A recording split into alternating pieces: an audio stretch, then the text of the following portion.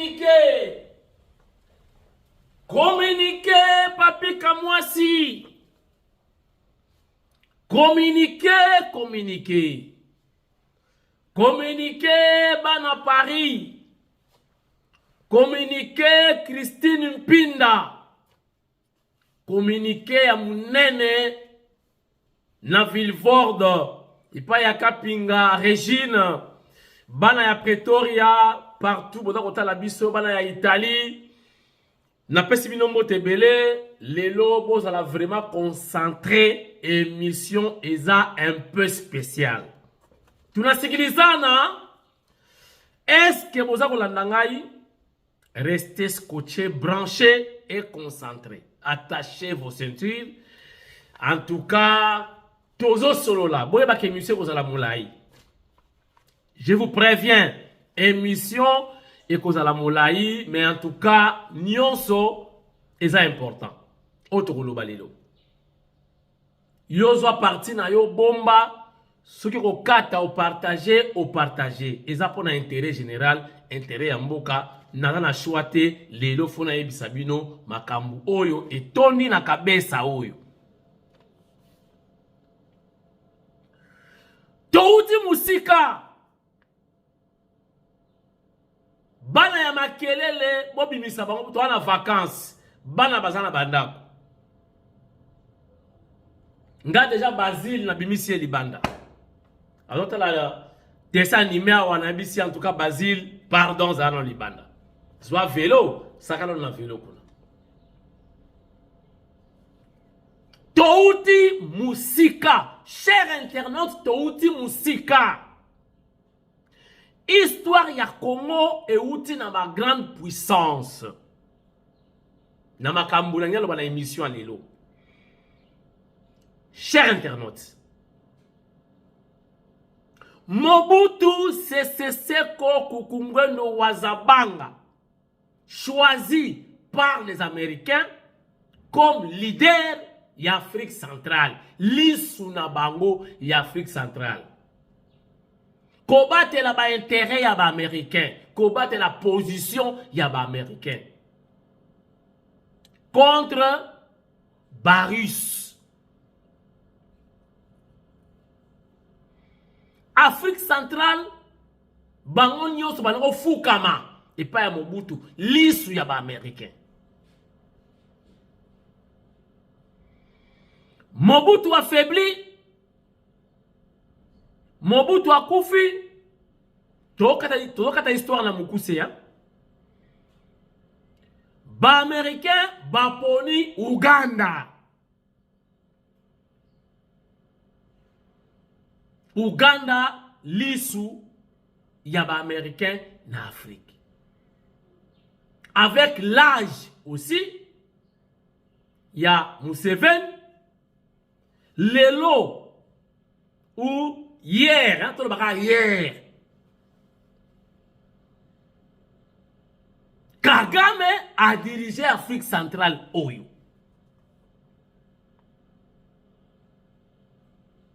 Ba preuve eza ebele.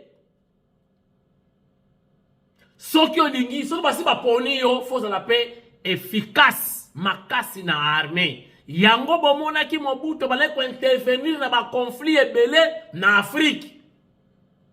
Phase à l'époque. Ba général Mayele wana, ba ke bitumba ebele na Afrique ya. Bitumba ya bisote. Mais tu dois participer. Pourquoi? Positionnement na biso, leadership. Afrique. Yango Kagame aza kosala lelo, aza partout. Tina Braza, Tina Centrafrique, armée rwandaise, ezawan. L'issue yaba américain. Boti kangana bete na bino li solo na rappelé Pebino. Félix Antoine Tshisekedi Tshilombo Adjuyao, élu président de la République démocratique du Congo. Nanzela ya Seni, Nanzela ba élection.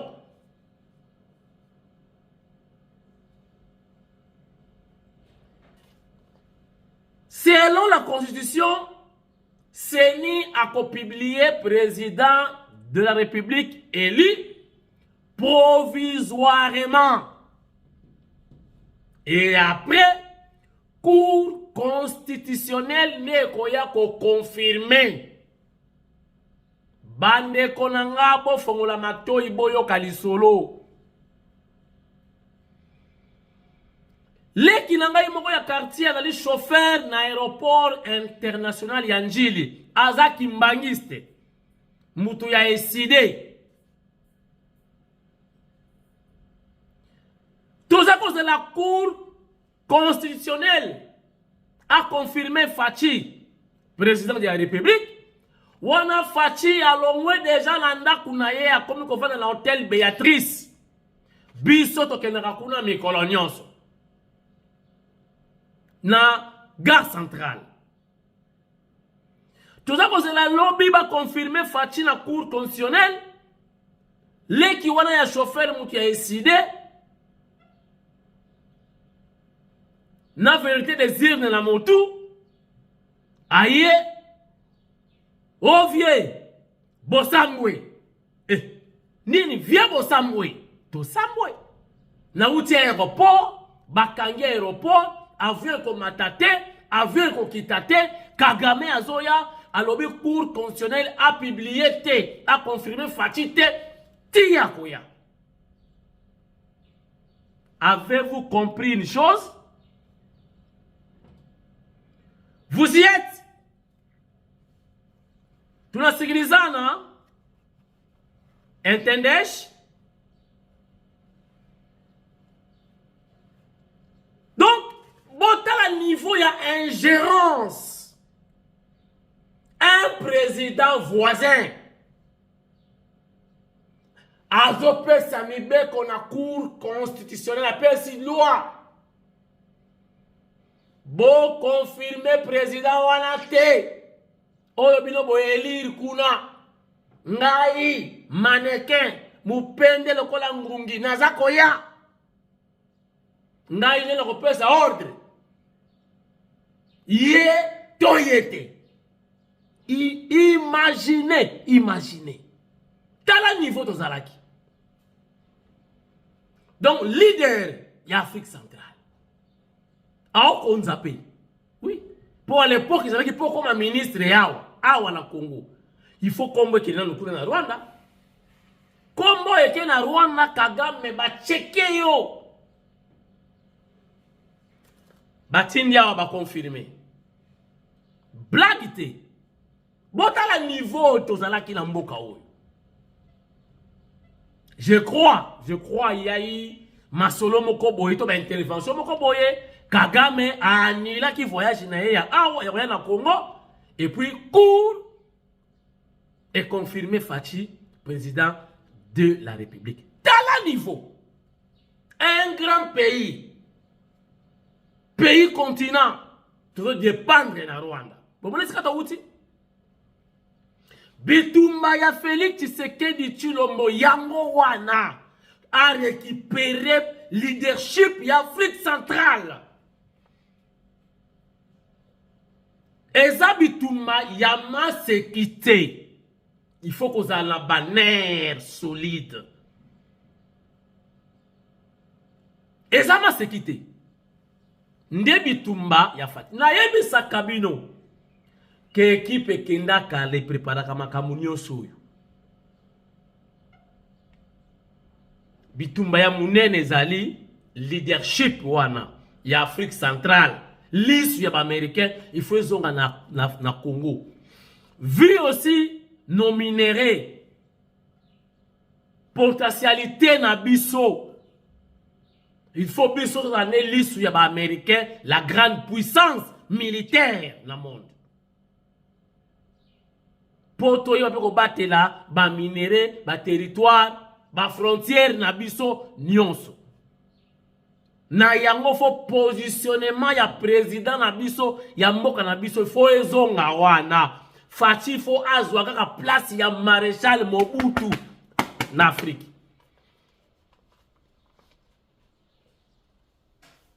Nde bitumba. Bozo mona ba Kagame wana a pété ba plan mutu et non c'est la source malamu te ndebo yoki ba komi ko bimisana ba accord lelo na kovandela pe wana ba accord ebimi tosengaki yango ebima po batu batambolaka na makanisi na mutu bayokanaki accord bayokanaki pouvoir ezalaki ya koyokana balobi accord Kabila non Hippolyte Kanambe abimisi yango accord ebimi bon nasali ba recherche na tombé na tout ce accord yango pe yango réellement mais na tombé na document moko balobi yango na ne accord na lobi de to kosolola Vos apprêtez, attachez vos ceintures. Restez scotchés. Accord à Moussala qui wapi o na kingakati. Entre nani na nani. Entre Hippolyte Kanambe, jadis président de la République, na Fachi Beton, autorité morale ya cash. Na kati ya bako na monika ba article mibale. Bon, qualité, na bino ba qualité ya accord bato ba signer ba accord ba mibale. Ba titulaire président en fonction na président d'un parti politique. Après on s'en a le côté président autorité morale il y a cash et puis président il y a UDPS. Na président de la République bandimi ba yo kaliba ça l'accord selon document one. Na kati ya accord balobi article ya yambo mais motif dans les accords dans la qui pona passation ya pouvoir pacifique pour la paix durable pour Congo na kimia. Donc déjà passation ya pouvoir yo na mutema na yo olinga kite ezala pacifique yango tche ba condition. To alingaki kimia ezalate. Déjà la idée ya yambo ezamabe.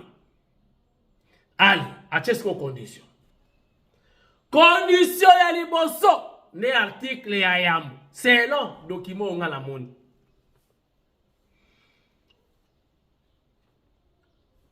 Bokoki kokanga mutu te o ya famille politique ya Hippolyte Kanambe. Ba proche na ye, ba collaborateur na ye, na famille na ye biologique, quel que soit crime ou basali, et dans la crime humanitaire, to yabat, makila etangi, ba assassinat, ba enlèvement, na ba crime économique.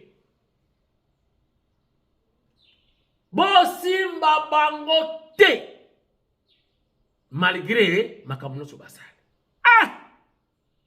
Nabani ko imaginer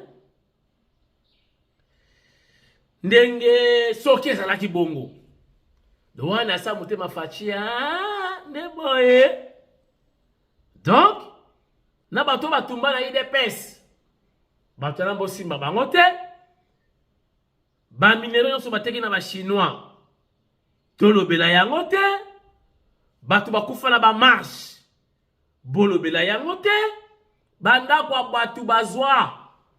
Après site ya Mobutu. Ba botola banda kwa batu. Bo poursuivre bango te. Batu bakufi ba force commune.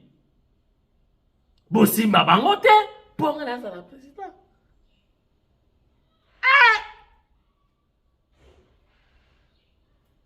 Bon, après, Après article ya mibale wana nde mama na likambo.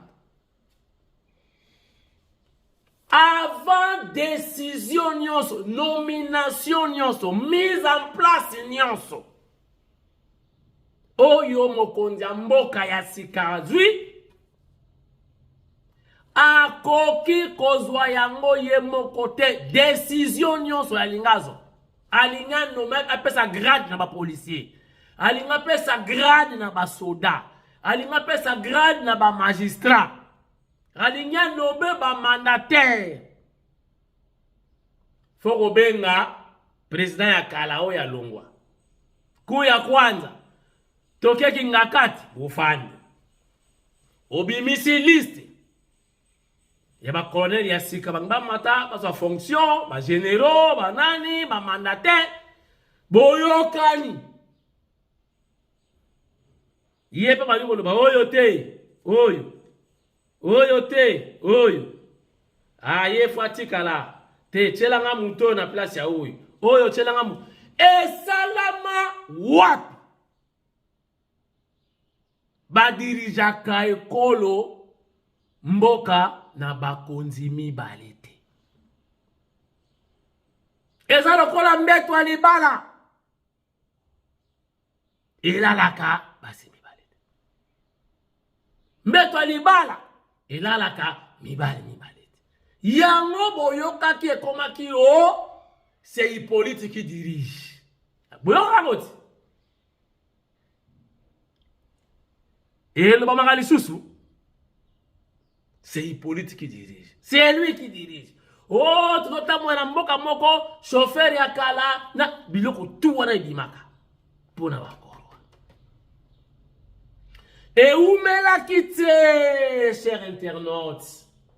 Fatia Wakibo. Toko sala nini? Toko déboulonner. Nini? Système. Déboulonnage. Déboulonnage. Eloko ya yambo. Oye yaka. Ya yambo. Oye annonsaka déboulonnage. Et annonsaka reprise totale. Yabo Kondi. Ezalaki divorce, ya mariage, FCC cash.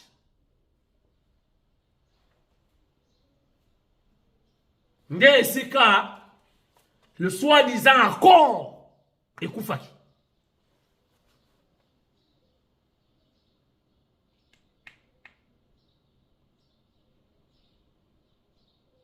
Vous y êtes? Chers internautes, Lelo Bozoyoka, ba poursuite judiciaire.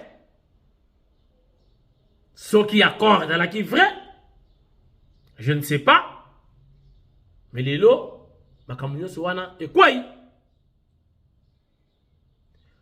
Oh, Baneko Yoka, Fatia a eu une décision à nommer Moutou. Non! Le Premier ministre doit contre-signer. Je crois, à mon avis, c'était relatif. Non, pas Makambo. Oh non! En principe, le chef du gouvernement doit contre-signer. Donc, représentant, il y a FCC. Mokonzi azwaki décision moko courageuse pour na kondima FCC cash wana ikufa. Je crois mkolango Fatia aliaka mbwa. Kolia mbwa lelo iza kolia mbwa te la chair du chien, mais kolia mbwa iza lokola mutoyo alobi oye koya. Pour lelo ata ba chauffeur, so mon chauffeur a sali deuxième bande, ba benga ngo pe kolia mbwa. C'est-à-dire muto alobi oye koya. Donc jour wana o Fatia lobaki FCC cash c'est fini. Je crois na butu wana Fatia yaki mbwa. aliembwa et puis a décidé likolo pe ekoya kiti bitumba munene faci aza kobunda. Espérons en tout cas lokola ba américain bandimi ko soutenir ye bandimi ko cha espoir ezali mais bon tika mabondelité pour te récupérer totalement mboka na biso to gérer yango biso moko ye politique kanambe musée akumi na pouvoir ba proche nyoso ya musée ba collaborateur ya musée bazalaka lisusu moko akoma kolia nguba na balabala na kotanga komo na ete pona batela pe image ya famille na ye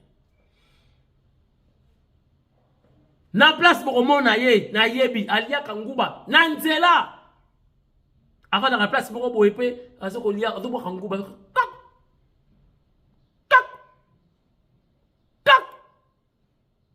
proche ya musée bango tout alors on bango presque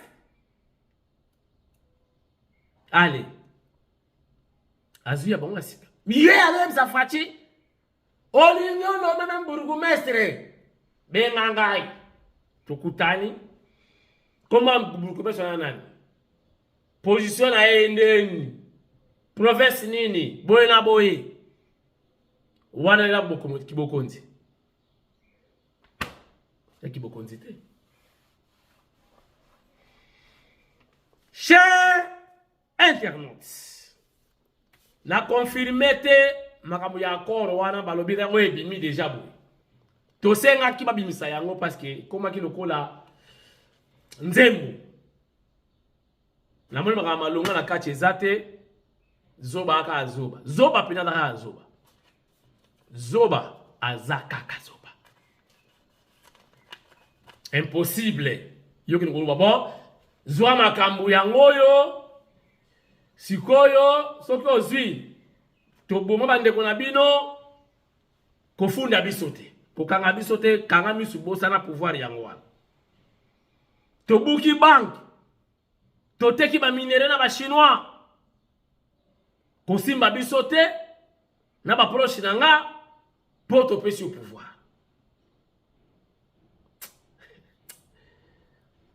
Zoba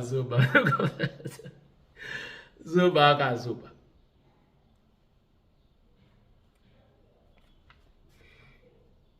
Chers internautes, ma solo ya briefing ya Mouyaya exemplaire. Merci batala ki émission lobby. Nazu ba commentaire rebelle, ba moso benga en privé. Na sepeli na ndeko moko lobby. Patrick Mouyaya, c'est son excellence, hein. Faut que tu rapport l'esprit à bien. Dans la signature, il y a Fachi Béton. Faut que tu aies respect.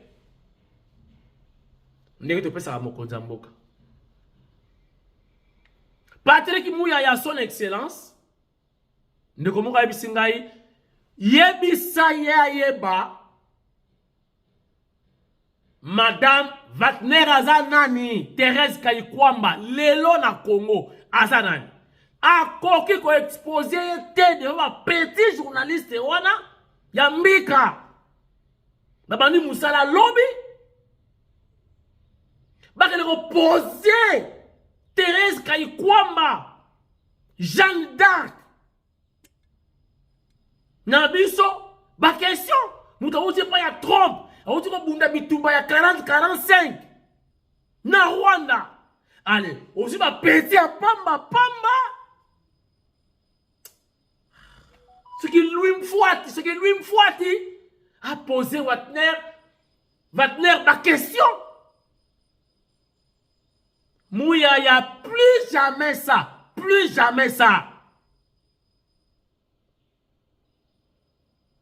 On sélectionné. Ba petit wana. Ba poser Thérèse Kayikwamba ma question. Ils ont quel niveau à reposer Madame Thérèse Kayikwamba ba muta uti bitumba ya 40-45 mokili ezo komona. Muto ya mokili lo banga lelo. Allez. Muta uti kolia sokoti ya dendo na kwanga aya ko poser Wagner ma question. Oh mais non. Muyaya boma briefing wana. Boma briefing wana ou alors faut qu'on s'arrête à briefing avant briefing. Journaliste nyonso oyo ko poser ma question atindi ma questionnaire na ye 48 heures avant. Et puis jour il y a tournage avec la droit de changer question T. À changer question, pas de réponse, pas de diffusion. On ne blague pas avec les pouvoirs, on ne joue pas avec les pouvoirs. Gouverner, c'est prévoir, dit-on. Port en eau profonde, bas portugais, bas commis déjà. Grâce à notre président de la République, grâce à Félix Tshilombo, que nous recevons des génies dans notre port de Banana. Grâce à lui. C'est grâce à lui. C'est-à-dire à l'honneur et c'est lui aussi les honneurs. Les Blancs sont là. Vous qui rêvez encore. Vous qui... ensemble. Ok. Vous qui doutez encore. Si vous avez un mot à dire, moi c'est Marie-Claire, vous c'est... Basilio. Vous êtes venu ici au port de Banana pour faire quoi? C'est la première fois que je viens ici. Oui. Je suis le coordinateur de production de Motengil au Congo. Ok.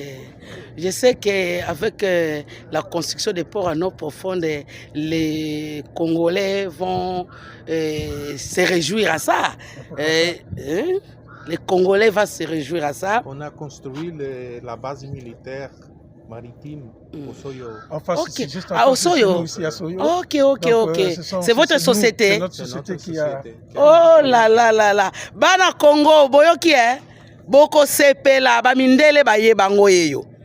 Ils sont là, le blanc, le génie. C'est eux qui vont construire. Vous voyez notre quai. Batoubakosa la port en eau profonde. Bana maman expérience. C'est depuis 1946. C'est depuis 1946 que l'entreprise Wana a coexisté. Donc, comme on a Mota Angil, des sociétés, il y a un génie civil. Bana kosala port en eau profonde na banana. Donc bakomi déjà. Bazana maman expérience ya kosakanati. Ndenge na lobaki lobi na bilenge expérience izala kama solo. To boite changement ya classe politique mais boya malemi. Bande koya et solo moi, babengaki ngai lobby. Balobi et solo moi, akufa kala. Paix à son âme. Izalaki toli, nazo pesa bilenge. Bilenge, c'est vrai, botangi kelas, bo apprendre, makambo ebele. Bayaka malemi. Natanga ki solo moi po solo moi yebisa bino makambo ezalaka na politique même na presse et solo moi lala ki tongo etani RFI et PC information ba plastiquer elima na kitambo magasin ba bombarder yango. Ndeko muso journaliste abengi ngalabi leki obimisi makambo oyo ndenge nini mokolo yango biso tozalaka na musala Tshisekedi wa Mulumba aza koleka ezalaki mokolo oyo Tshisekedi wa Mulumba abaraka signature boye masolo na ye na Mobutu c'est ce qu'on a parlé de marbre wana biso to na parlé de marbre kota ba Jacob Mudingai kota na événement Tshisekedi aye avec comme premier ministre ya Maréchal Mobutu oh mokolo Tshisekedi abaki toyokana ki boyete ya bare 48 heures après Mobutu alongoli mokolo ngo Tshisekedi alekaka na Elima na kitambo magasin avant que ne paye de marbre na utili mete atali ndenge Elima izo pela moto journal Elima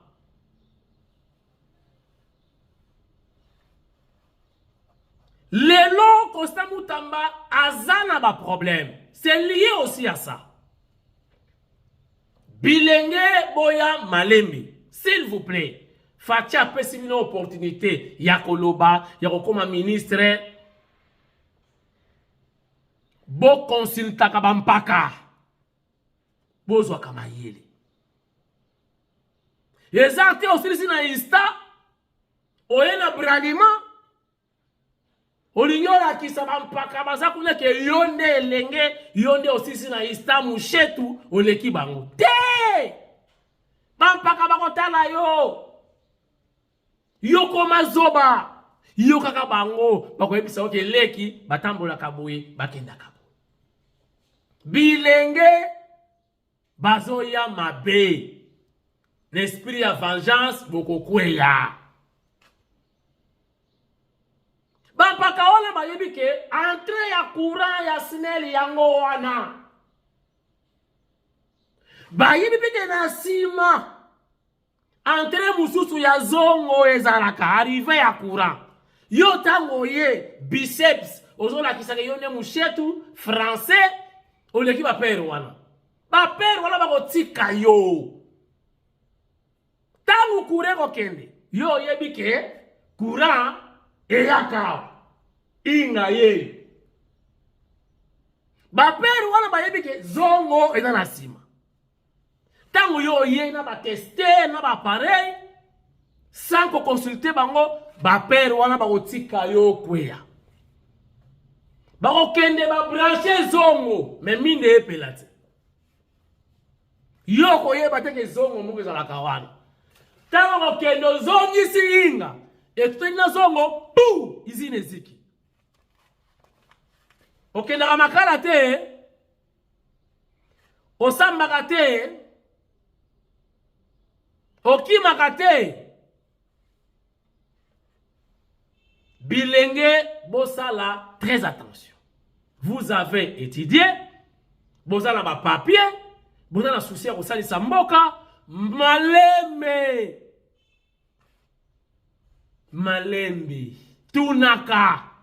Oye, nga journaliste.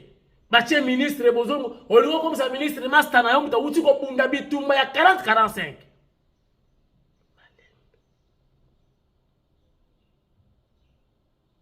Mutambaye vitesse. Muturabiso vitesse. Bampaka batali eboué. Leki. Ta. Mutamba dididi.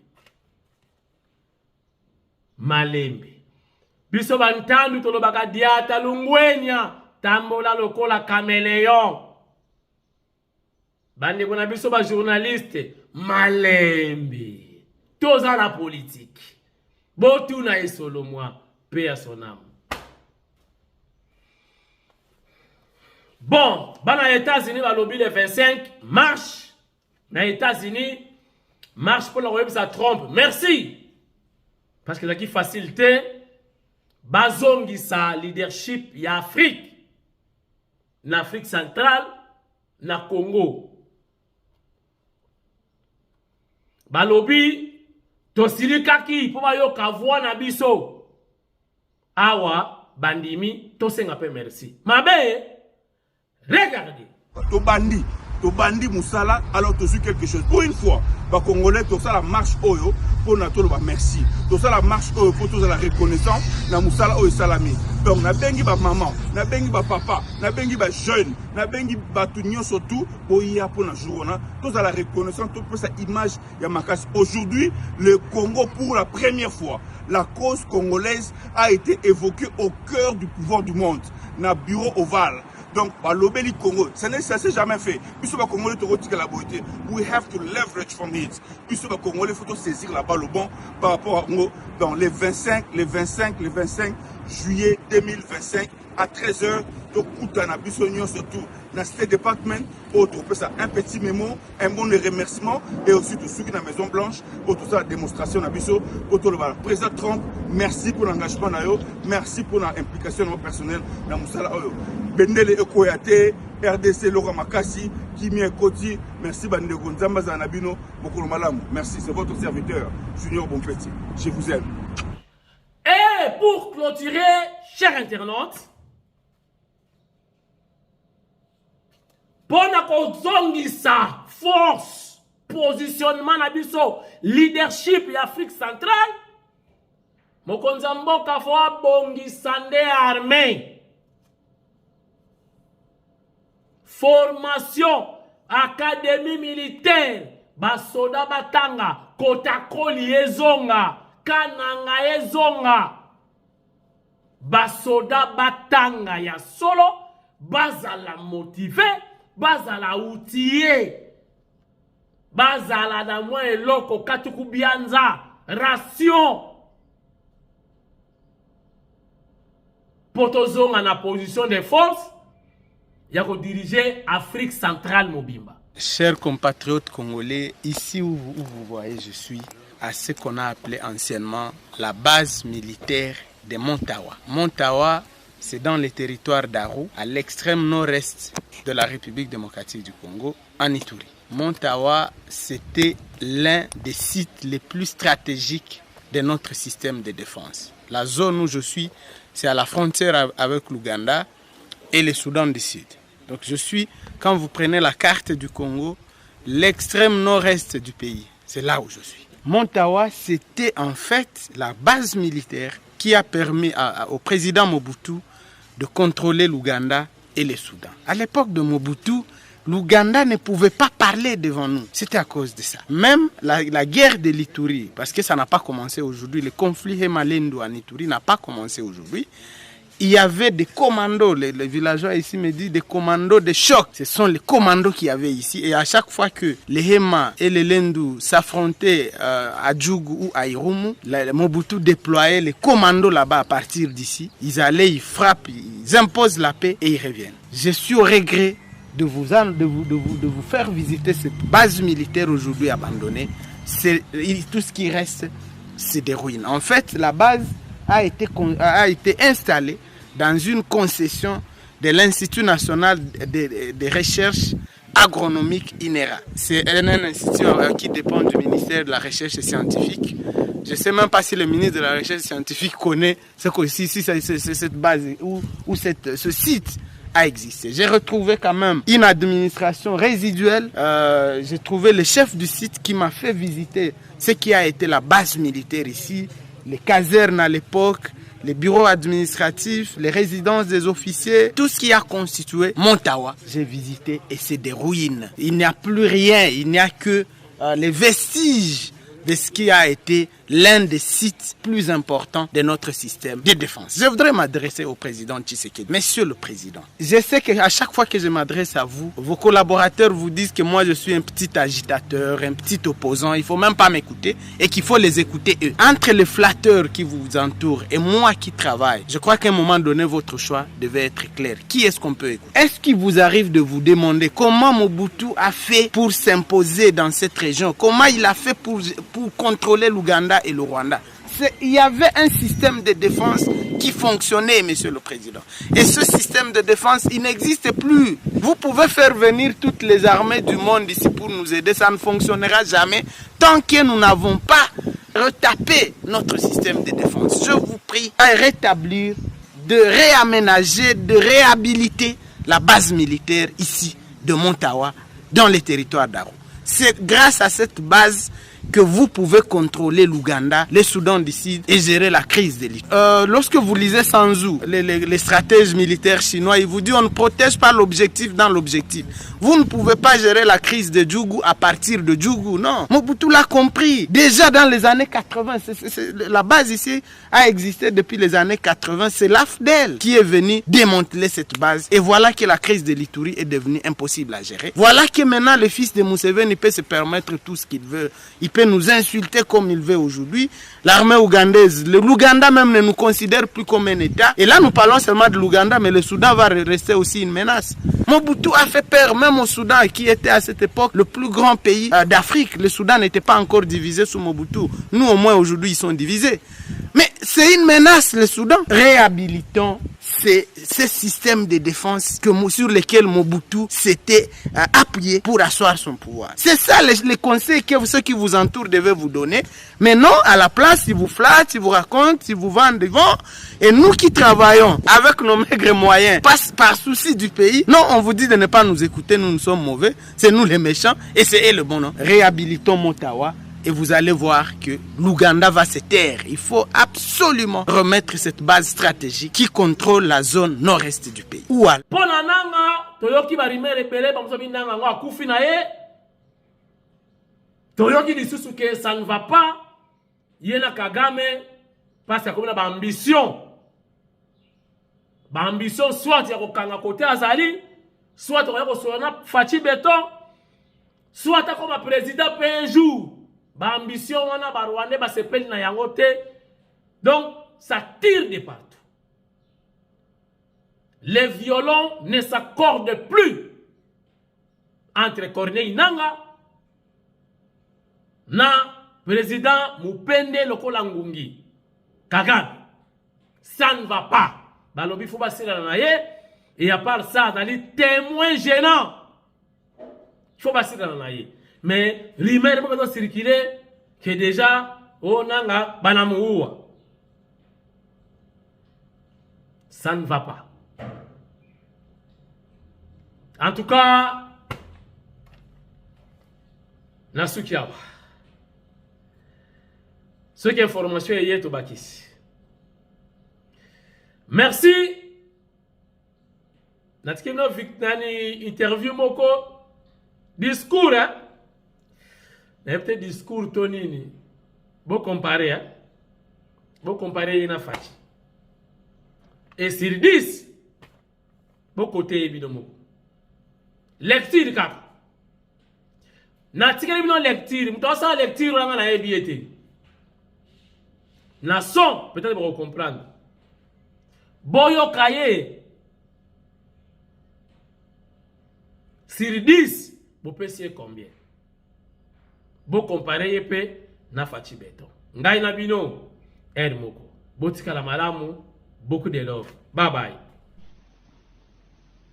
La date historique du 24 janvier 2000, où son Excellence le Président Mzee Laurent Désiré Kabila, se fondant sur la résolution 1234 du 9 avril 1999 du Conseil, plaidait du haut de cette même tribune pour la fin de l'occupation d'une partie de notre territoire national par les armées d'agression du Rwanda, de l'Ouganda et du Burundi.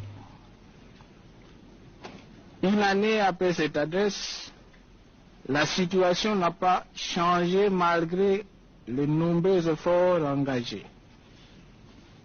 Bien au contraire, le conflit en République démocratique du Congo totalise déjà près de 3 ans et le bilan est extrêmement lourd. Plus d'1 700 000 morts en 22 mois dans les territoires occupés de l'Est du pays, selon le rapport de International Rescue Committee du mois de mai 2000.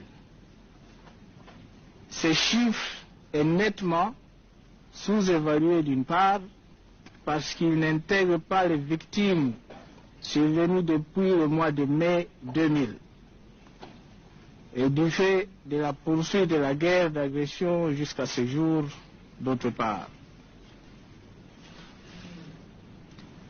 L'exploitation illégale des ressources naturelles de notre pays, principalement celle de la tantalite, du coltan, du bois et l'or et du diamant,